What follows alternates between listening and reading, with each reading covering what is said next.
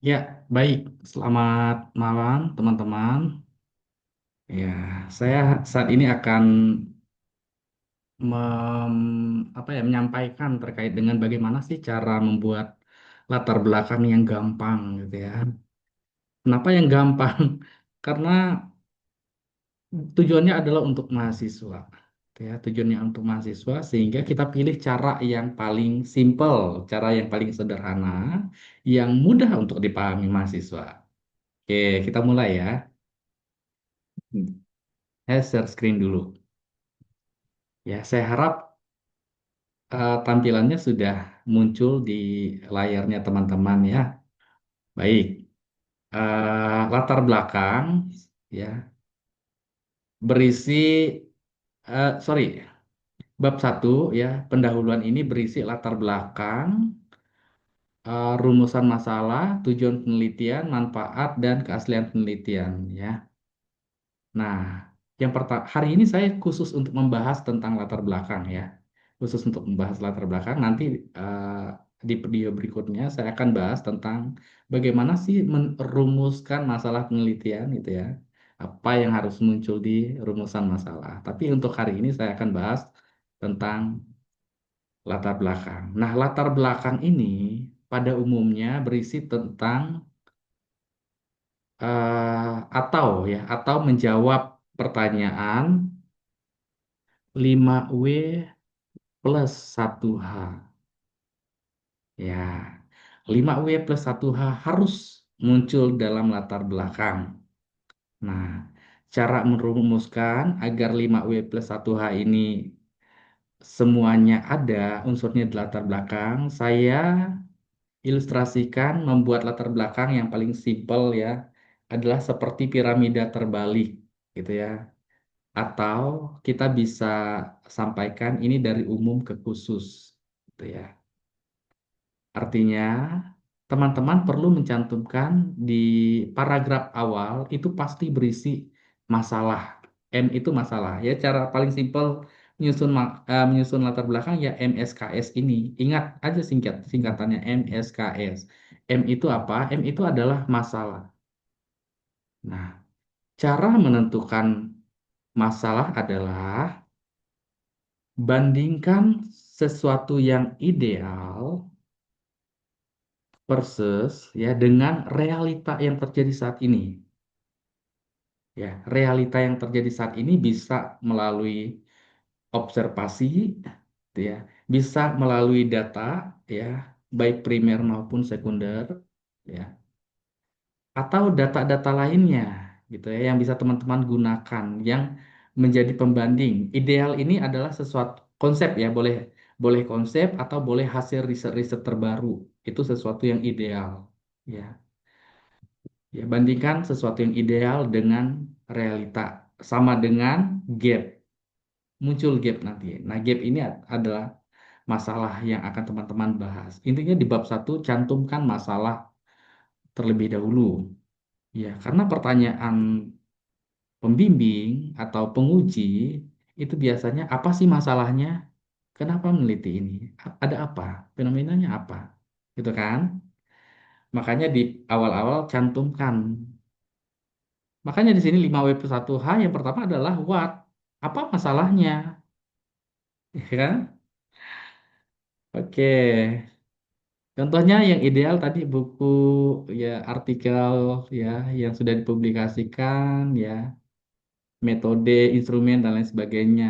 Ya realita yang terjadi saat ini. Ya misalnya ya, kalau kita sudah ya normalnya ya kalau kita diet ya, dietnya tepat ya, menjaga pola makan, jenis misalnya, terus jumlah ya, dan frekuensi makan, harusnya berat badan kita ideal ya. Berat badan kelompok remaja ideal. Tapi kok banyak remaja saat ini gemuk ya, gemuk. Padahal dilaporkan ya, padahal data yang kami terima, pola makan di daerah tersebut sudah diatur karena sudah ada program gizi apa tuh namanya ya? Ya program dari pemerintah saat ini gitu ya. Harusnya berat badannya ideal semua dong, gitu ya. Karena pola makannya sudah diatur, jenis, jumlah, gitu ya, sudah terjadwal, gitu ya. Kenapa malah prevalensi gemuk yang banyak, gitu ya? Ya, apa masalahnya? Kemudian, gitu ya, siapa yang mengalami masalah tersebut?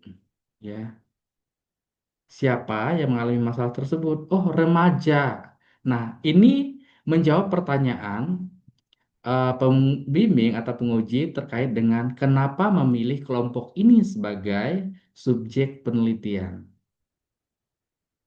Kenapa memilih remaja? Ada apa dengan remaja? Ya kan? Oke, barulah lanjut ke S. S itu adalah scale of problem. Scale of problem kita menyampaikan luasnya dampak terjadinya masalah tersebut. Masalah tersebut terjadi di mana aja. Berarti kita ngomongin tentang prevalensi. Kalau ngomongin prevalensi, sama seperti mengerucut begini juga. Cantumkan prevalensi secara global dulu, kemudian nasional, barulah sampai dengan lokal. Gitu ya. Teman-teman bisa menggunakan data WHO contohnya, data CDC contohnya, dan lain-lain untuk data global. Kalau untuk data nasional, teman-teman bisa gunakan data dari SKI contohnya, gitu ya. Data lokal atau regional, teman-teman bisa gunakan data dari profil kesehatan, Dinkes A, gitu misalnya, ya. Scale of problem, luasnya dampak, atau kita ngomongin prevalensi, gitu ya. Nah, barulah ini menjawab tentang when, apa, where, di mana, ya.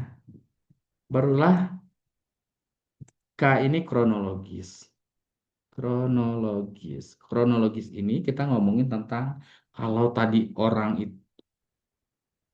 itu sudah sudah melakukan diet, tapi prevalensi eh, kegemukan masih banyak, gitu ya. Itu kenapa? Ada apa? Ya. Kemudian sudah ada nggak program untuk menangani masalah tersebut? Oh, sudah ada program dari pemerintah gizi bla bla bla, ya. Jabarkan ya bagaimana keberhasilan atau ketidakberhasilannya. Kenapa tidak berhasil? Ya, jadi setiap teman-teman uh, menganalisis support dengan data atau teman-teman menampilkan data, simpulkan data tersebut. Jangan hanya mengutip, ngutip, ngutip, ngutip, ngutip, tapi tidak ada simpulan, gitu ya. Jadi ada yang dari kita menyimpulkan didukung dengan data-data yang ada, gitu ya. Udah kronologis, barulah masuk scale apa namanya solution, ya. Misalnya judul risetnya adalah efektivitas penggunaan efektivitas penggunaan kipas dalam menangani masalah, ya, masalah apa bla bla bla, gitu ya. Berarti solusinya adalah penggunaan kipas itu, ya. Barulah teman-teman ceritakan di sini, gitu ya. Riset-riset terbarukan terkait dengan intervensi ini dalam menangani masalah itu, ya. Intervensi dalam variabel independen dalam menangani masalah variabel dependen, ya. Solution ceritakan di sini efektivitas, pengaruh, hubungan dan lain-lain, gitu ya. Barulah masuk ke peran perawat, ya. Jangan lupa cantumkan peran perawat. Peran perawat dalam riset ini ngapain? Apa kontribusinya? Cantumkan, ya. Jadi gampangnya seperti ini. Ya, ini harus terjawab semua ya. Ini termasuk how ini kan bagaimana ini kaitannya dengan solution. Ya, 5W+1H harus terjawab. Ingat ya kalau teman-teman menyusun kalimat, ya harus jelas. SPO-nya, subjek, predikat, objeknya. Budi pergi ke pasar. S-nya jelas, predikatnya jelas, objeknya jelas. Gitu ya. Makanya tidak direkomendasikan kata penghubung ada di awal kalimat. Ya. Karena nggak jelas SPO-nya. Ya. Terkadang nggak jelas SPO-nya. Misalnya, dari pernyataan tersebut dapat simpulkan darinya itu nggak kurang tidak direkomendasikan ada di awal kalimat. Ya lebih baik berdasarkan pernyataan tersebut ya kurangi penggunaan di atas atau di bawah. Karena kita nggak lagi nunjuk di atas sana, di bawah sini nggak. Berdasarkan pernyataan tersebut ya dapat disimpulkan bahwa bla bla bla bla. Ya, tadi menulis kalimat harus jelas SPO-nya. Dan menulis referensi, teman-teman, menulis kutipan. Saya sering menemukan yang seperti ini nih. Bla bla bla bla bla bla bla bla bla bla bla. Misalnya ini kalimat ya. Dia titik dulu baru nulis referensi. Baru mencantumkan begini nih.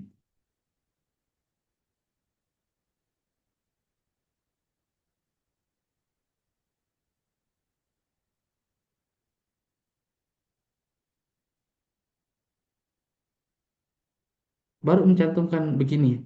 Ini salah, teman-teman. Cara yang seperti ini salah. Harusnya titik ada di sini. Ada di sini. Bukan di sini. Ya, harusnya titik ada di sini, bukan di dalam sini. Ini sama seperti kamu tutup nih kalimat ini, kamu mulai yang baru.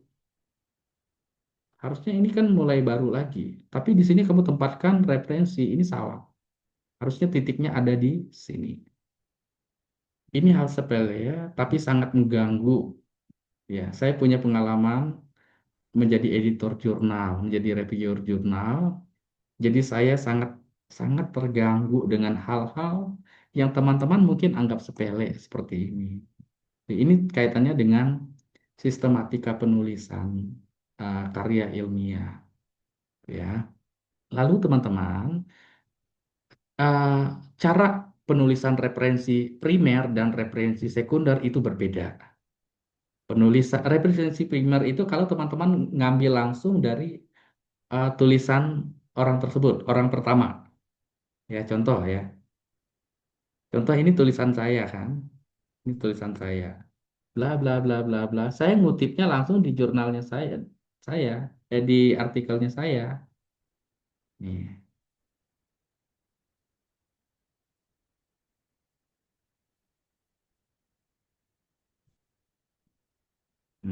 Misalnya ya. Ini referensi sekunder. Referensi primer, sorry. Referensi primer. Ini kalau pencantuman referensi primernya itu di akhir kalimat.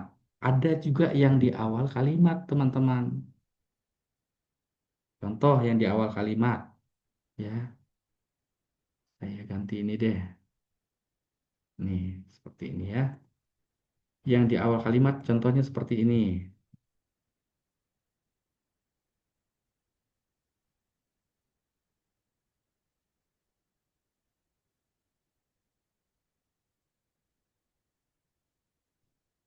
Hmm, sorry, saya.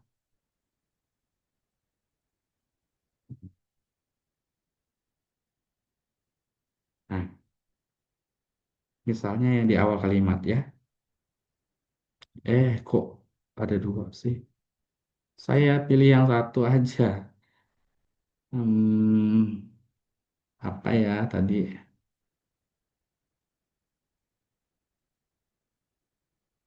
Hmm.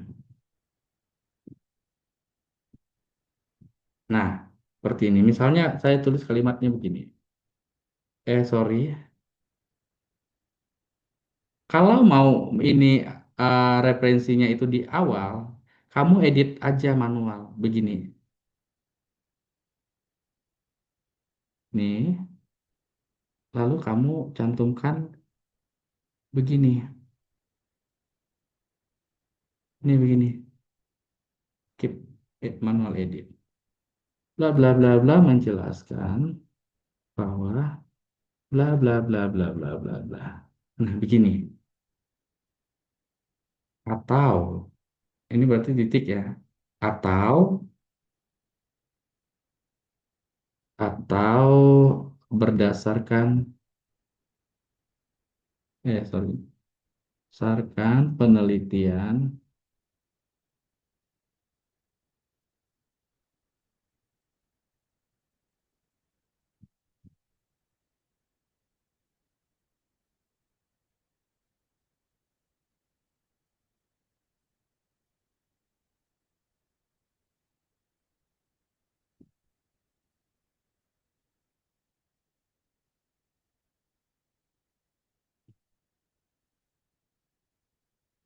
Babane diedit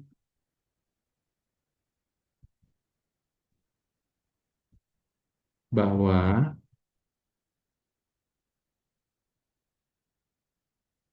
bla bla bla bla. Ini untuk referensi primer. Sekarang kita nulis yang referensi sekunder. Saya tulis dulu nih kalimatnya. Bla bla bla bla bla. Bla. Hmm.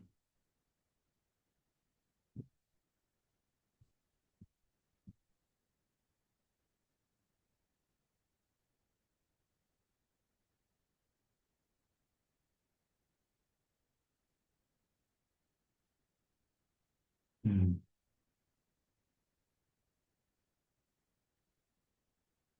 Referensi sekunder menulisnya misalnya saya mengutip pernyataan Andi ini misalnya ya. Pernyataan Andi 2000 tahun 2020 dalam dalam artikelnya Puong et al. Tahun 2022. Ini klik aja keep manual.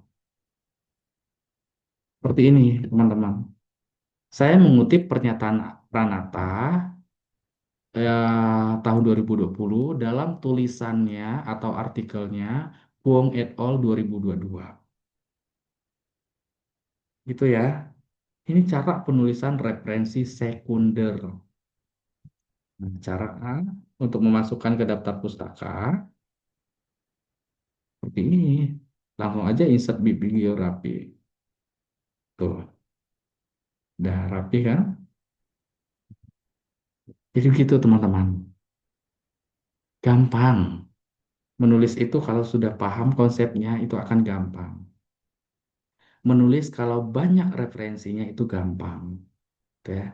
Yang susah ketika menulis adalah yang bikin mentok ya, sering bikin mentok adalah ketika referensinya itu minim. Minim referensi. Semakin banyak referensinya, semakin lancar teman-teman berpikir, semakin gampang menulis. Ya, ingat menulis sebuah karya itu seperti mesin, teman-teman. Kalau teman-teman stop, ya lama tidak mengerjakan, ya itu akan berkarat, nggak kelar, ya, akan rusak. Sama seperti menulis, menulis kalau teman-teman nggak lanjutkan itu tulisan, nggak akan ada tuh isi ini papernya itu skripsi kamu nggak akan ada, nggak akan kelar, nggak akan menghasilkan sesuatu, ya pasti nggak kelar. Ya. Tapi kalau dimulai sedikit demi sedikit gitu ya, dicicil sedikit demi sedikit itu pasti akan kelar. Gitu ya. Prinsipnya ingat menulis latar belakang adalah MSKS. Semua pertanyaan 5W plus 1H harus terjawab di latar belakang. Ya. Oke, teman-teman, tetap semangat ya, jangan kendor ya, jangan kasih kendor. Buat segala sesuatunya menyenangkan. Teman-teman enjoy-nya menulis sambil ngemil, ya monggo gitu. Sambil minum, ya monggo aja gitu ya. Atau teman-teman enjoy-nya di restoran atau warung kopi, ya monggo aja. Cari zona nyamannya teman-teman menulis. Saya nyamannya menulis sambil pasang headset, pasang lagu, ya sudah, lakukan itu. Gitu ya. Yang penting papernya teman-teman itu selesai. Itu key poinnya. Ya. Tetap semangat teman-teman. Kurang lebihnya saya mohon maaf. Selamat malam. Ya, selamat belajar.